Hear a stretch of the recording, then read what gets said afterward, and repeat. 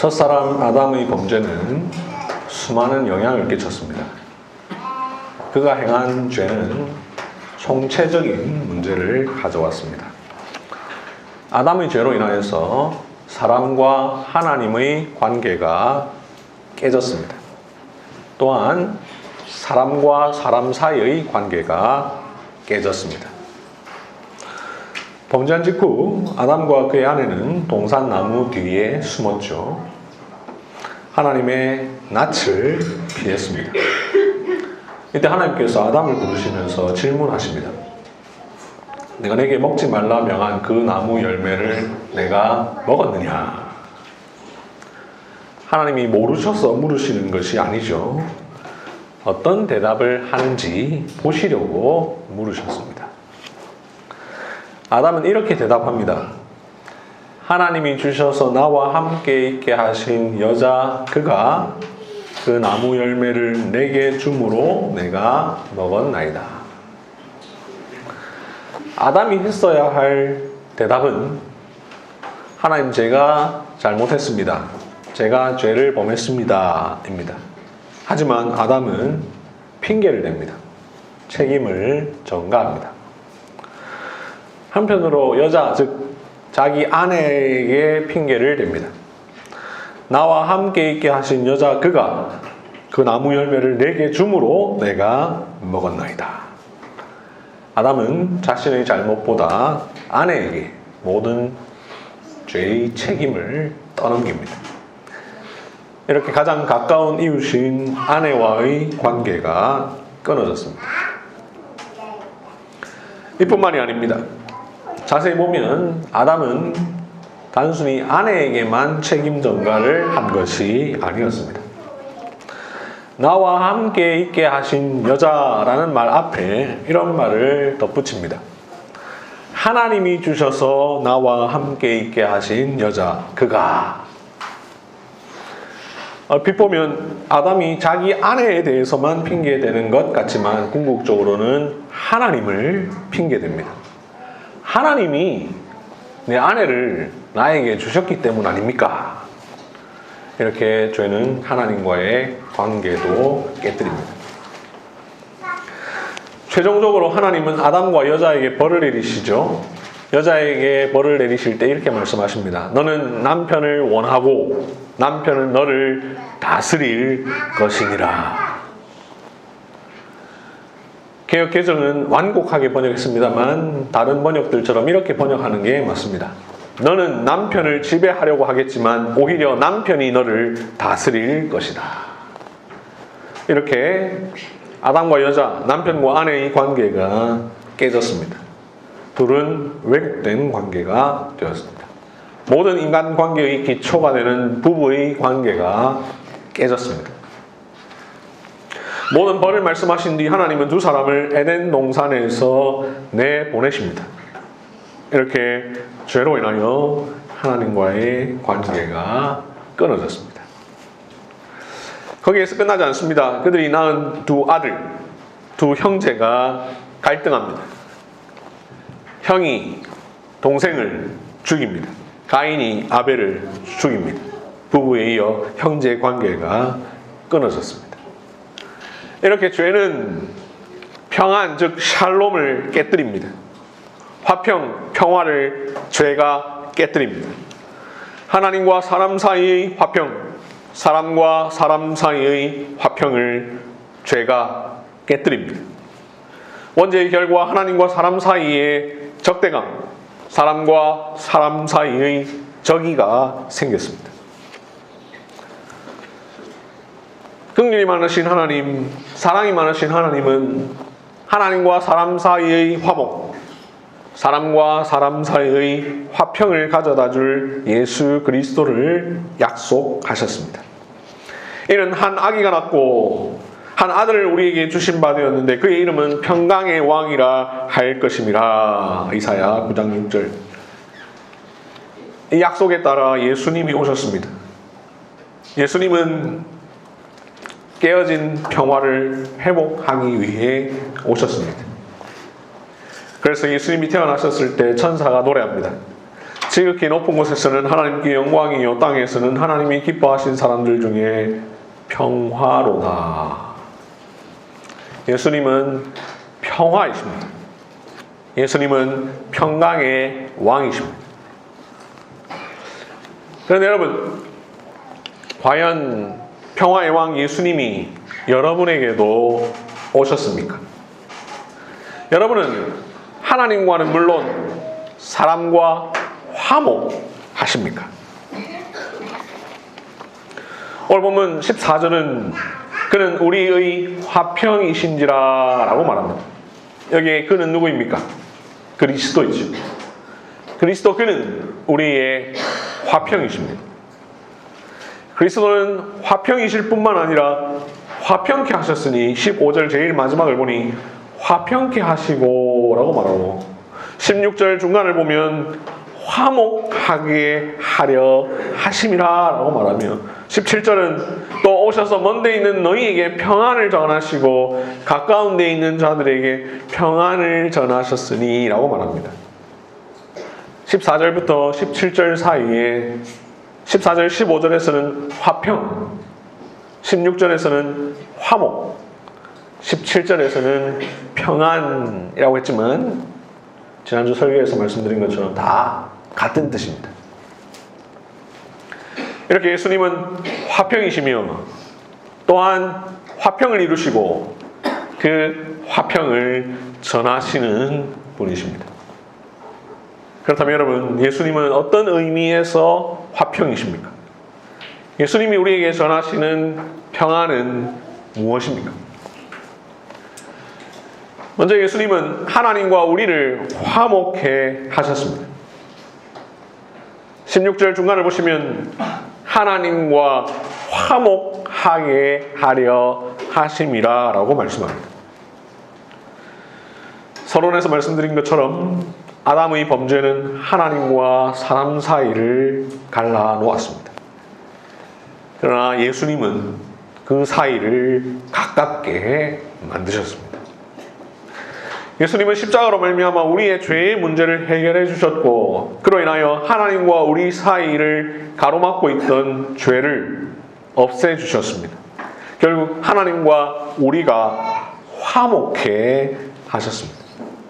그러므로 그리스도는 우리의 화평이십니다.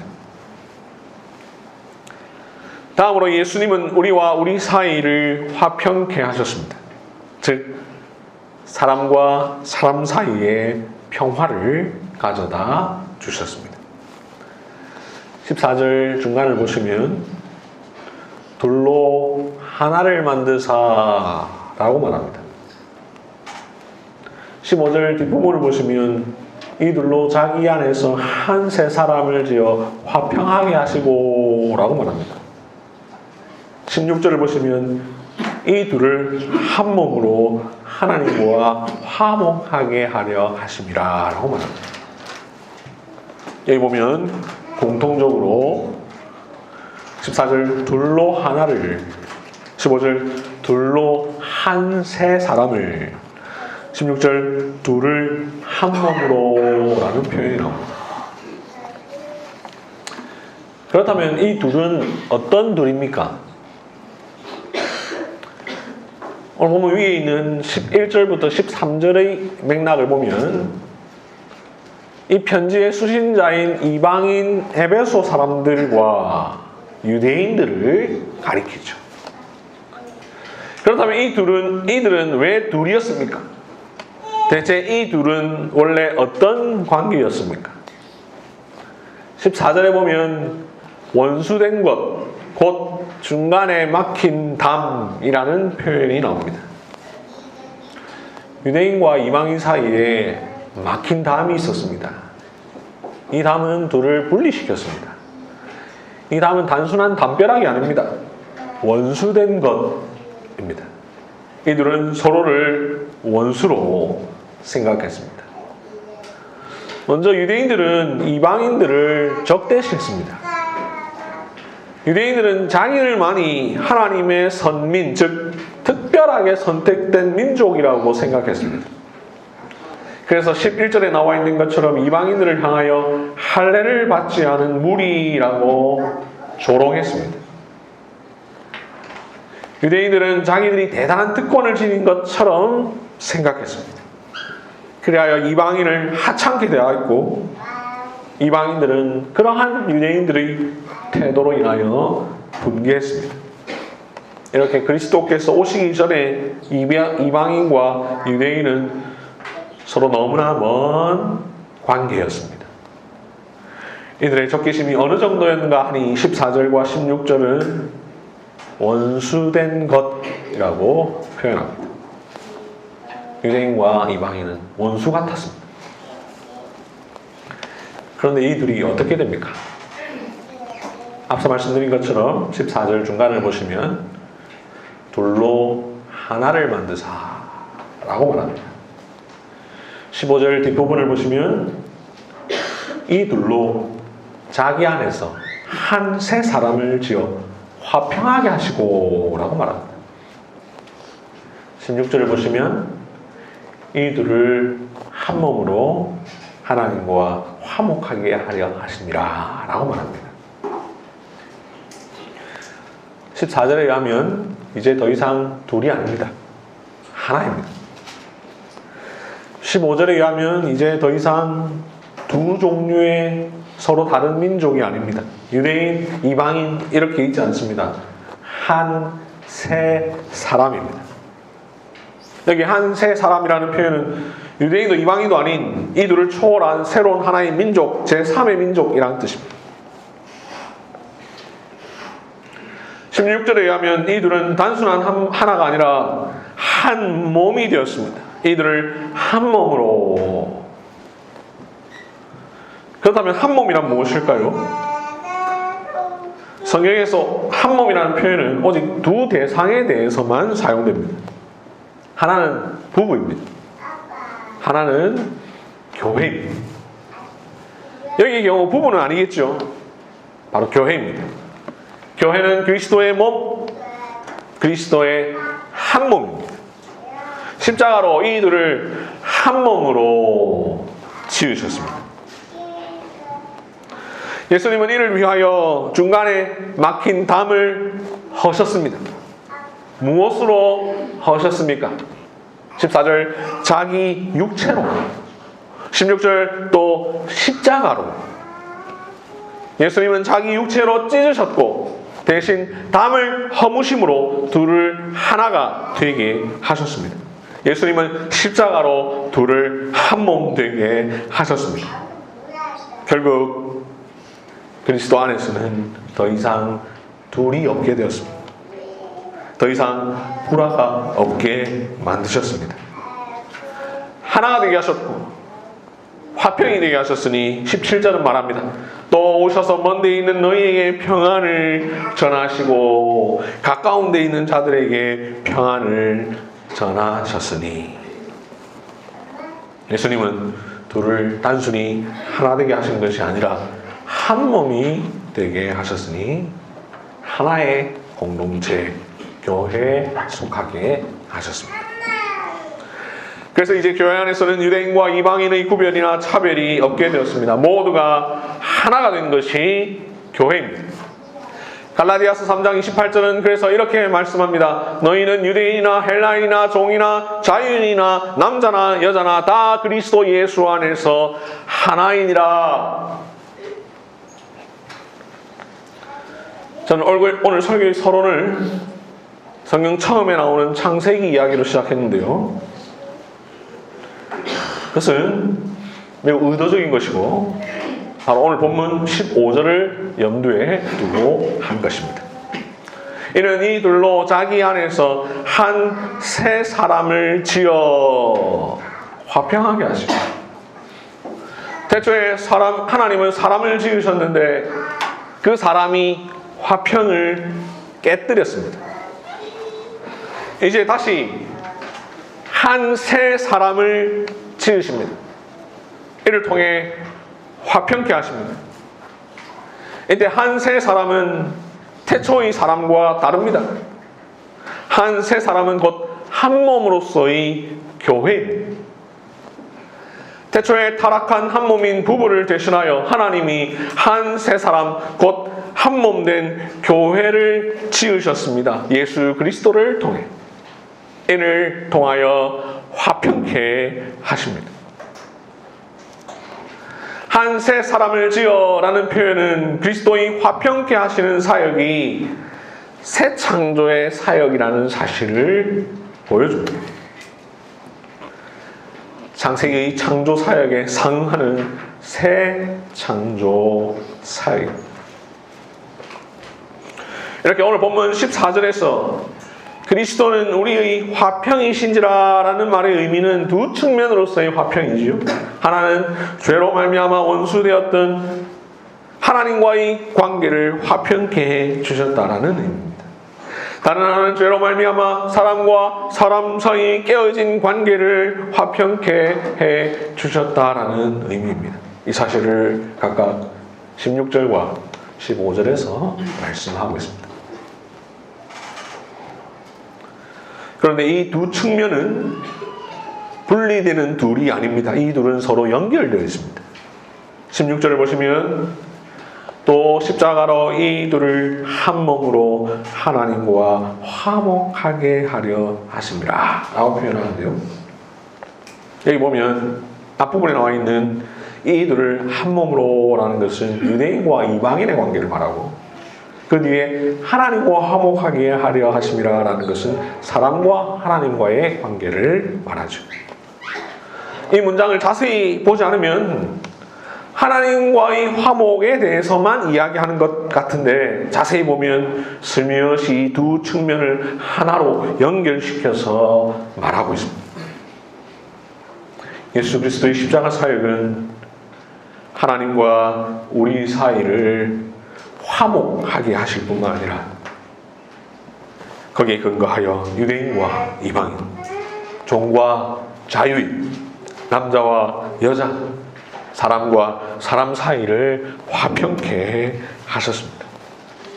이렇게 하나님과 사람 사이의 화목은 사람과 사람 사이의 화목과 결코 분리될 수 없습니다.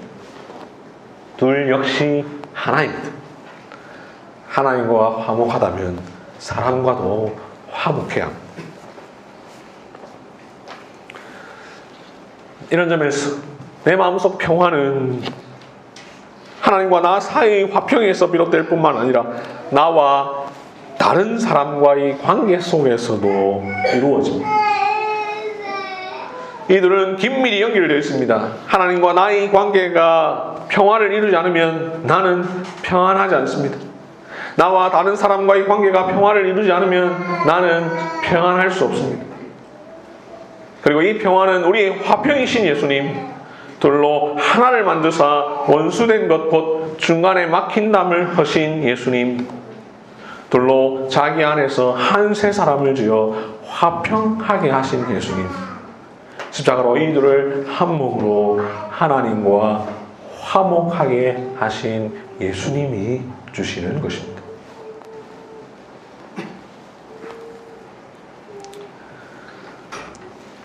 사랑하는 성도 여러분, 예수님이 오셨습니까? 과연 평화의 왕 예수님이 여러분에게도 오셨습니까? 이 질문 설교의 서론에서 했던 질문이죠. 물론 예수님이 오셨죠. 그건 그 누구도 부인할 수 없는 역사적 사실입니다. 그런데 문제는 여러분에게도 오셨느냐 하는 것입니다. 객관적 사실을 넘어 주관적 사실이냐 하는 것입니다. 먼저 하나님과 화평하십니까? 날마다 나와 함께 하시는 하나님과의 관계에서 화목을 누리고 계십니까? 십자가의 은혜가, 그리스도의 피가 여러분을 하나님과 가깝게 하고 있습니까? 사랑하는 성도 여러분, 사람과 화평하십니까? 특별히 교회 안에서 성도들과 화평하십니까? 혹 예수님 오시기 전에 유대인과 이방인의 관계와 같지는 않습니까? 예수님이 정말로 오셨다면, 여러분에게 오셨다면 사람과 화평해야 합니다. 거꾸로 사람과 화평하다면 예수님이 오신 것입니다. 예수님의 구속사역이 여러분의 삶에서 적용되고 있는 것입니다. 구원은 단순히 나 혼자 예수 믿고 제가 해결되어 천국 가는 게 아닙니다. 복음을 그렇게 좁게 생각할 수 없습니다. 그런 개인주의적인 생각은 복음의 가치와 전혀 맞지 않습니다. 복음은 훨씬 더 넓고 훨씬 더 총체적입니다. 우리가 믿는 복음은 평화의 복음, 화평케 하는 복음입니다. 복음은 하나님과 나 사이만 아니라 유대인과 이방인을 하나 되게 하였습니다. 하나님의 은혜로 구원받은 자들은 이방인이나 유대인이나 그 어떤 이들이나 상관없이 다 함께 예수 그리스도로 말미암아 한 성령 안에서 하나님 아버지께 나아갑니다.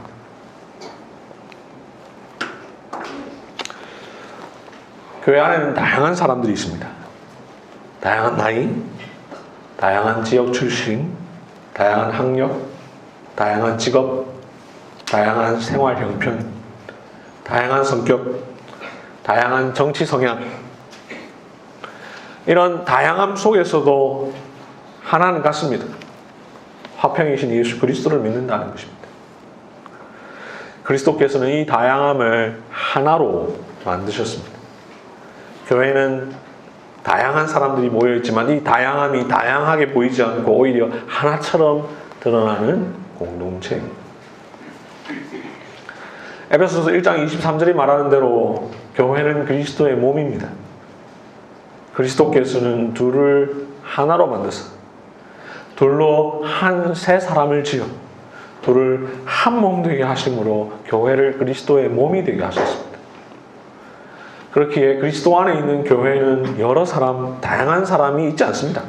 오직 한 세 사람만이 있을 뿐입니다.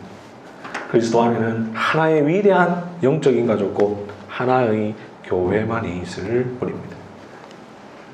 그래서 교회 안에는 세대 갈등이 있으면 안 됩니다. 지역 갈등이 없어야 합니다.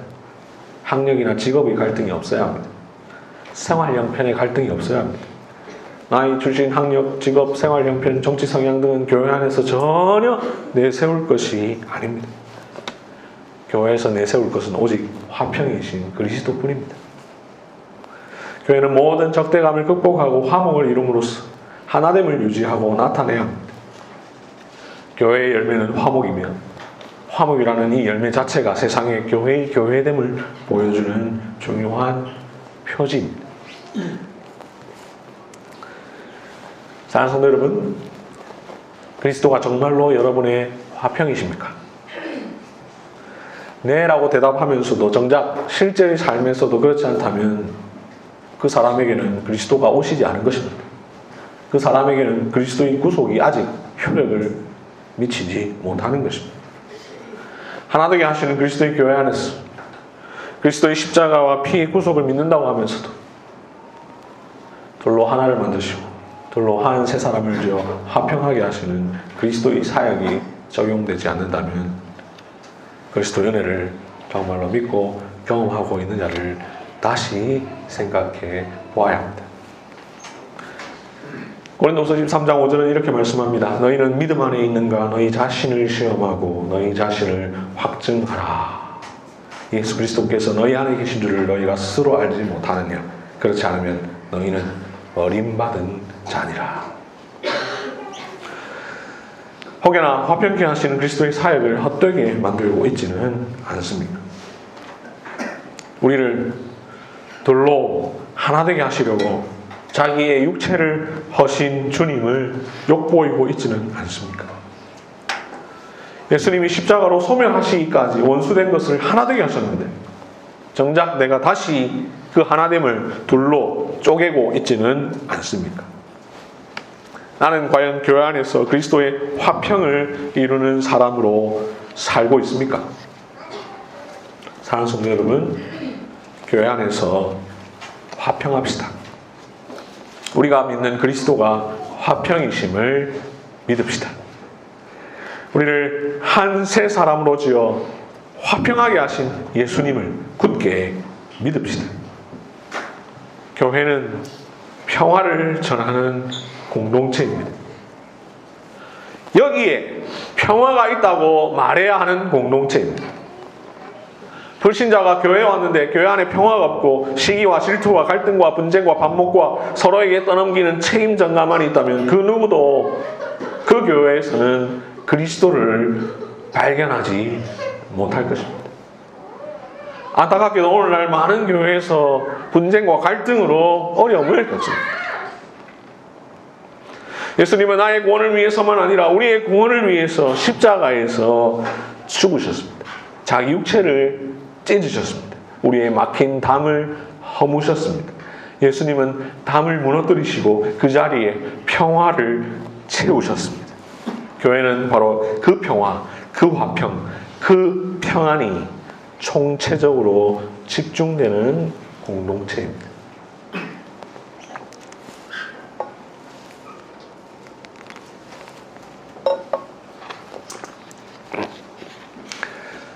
마태복음 5장 23절, 24절에 보면 이런 말씀이 나오죠. 예물을 제단에 드리려다가 거기서 내 형제에게 원망 들을 만한 일이 있거든. 다시. 예물을 제단에 드리려다가 거기서 내 형제에게 원망 들을 만한 일이 있는 것이 생각나거든. 예물을 제단 앞에 두고 먼저 가서 형제와 화목하고 그 후에 와서 예물을 드리라. 왜 이렇게 말씀합니까? 예배 드리러 오기 전에 형제와 화목하지 않으면 그 화목하고 나서 와서 예배 드리라. 하나님과의 화목은 성도와의 화목과 연결되기 때문입니다.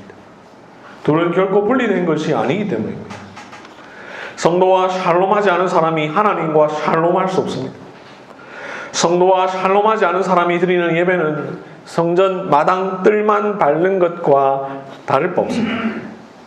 성도와 샬롬하지 않는 사람이 성찬에 참여하여 한 빵과 한 잔을 나눠 먹고 마시는 성찬의 의미를 제대로 드러낼 수 없습니다. 그래서 말씀합니다.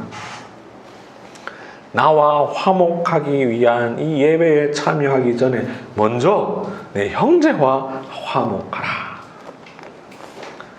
이러한 말씀의 가르침에 근거하여 칼뱅은 합당한 예배의 시작은 화해라고 말했습니다.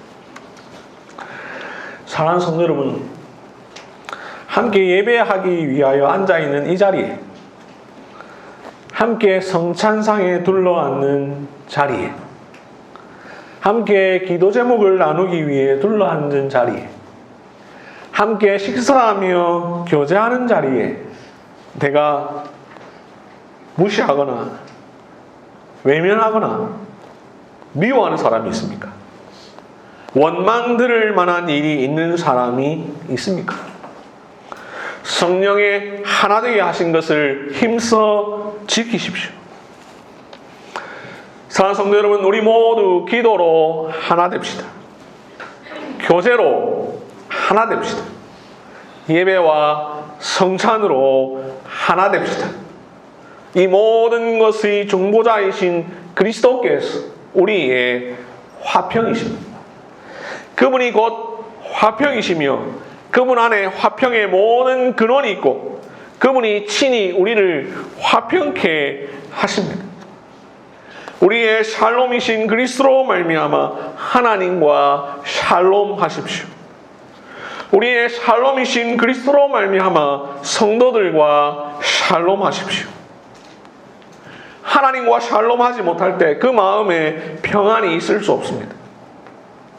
자기 마음에 평안이 있다고 말하면서 사람들과 원수로 지낼 수 없습니다. 하나님과 나 사이에, 나와 성도 사이에 평화가 있을 때 진정으로 내 마음에 평강이 찾아옵니다. 그리하여 더 나아가 모든 사람들과 더불어 화평하십시오. 히브리서 12장 14절은 이렇게 말씀합니다. 모든 사람과 더불어 화평함과 거룩함을 따르라. 이것이 없이는 아무도 주를 보지 못하리라. 말씀을 맺겠습니다. 성경을 아무리 뒤져봐도 예수님이 몇 년, 몇 월, 며칠에 태어나셨는지 말씀하지 않습니다. 신약성경 어디를 찾아봐도 사도들이나 성도들이 예수님의 생일을 기념했다는 말은 나오지 않습니다. 대신 평강의 왕으로 오신 예수님, 우리를 화평케 하신 예수님의 사역이 우리에게 끼친 영향을 말씀하고 있을 뿐입니다. 그 구속의 은혜가 과연 우리에게 영향을 끼치고 있는지를 돌아보라고 말씀할 뿐입니다. 사랑하는 성도 여러분, 평화의 왕이 오셨죠. 예수님 분명 이 땅에 오셨지요. 그런데 여러분에게도 오셨습니까? 우리 교회에도 오셨습니까? 예수님은 우리를 하나 되게 하셨는데 오히려 우리는 그것을 나누고 있지는 않습니까? 예수님은 막힌 것을 허무심으로 우리의 평강이 되셨습니다. 하나님과 우리 사이에 막힌 것을 허무셨고 우리와 우리 사이에 막힌 것을 허무셨습니다.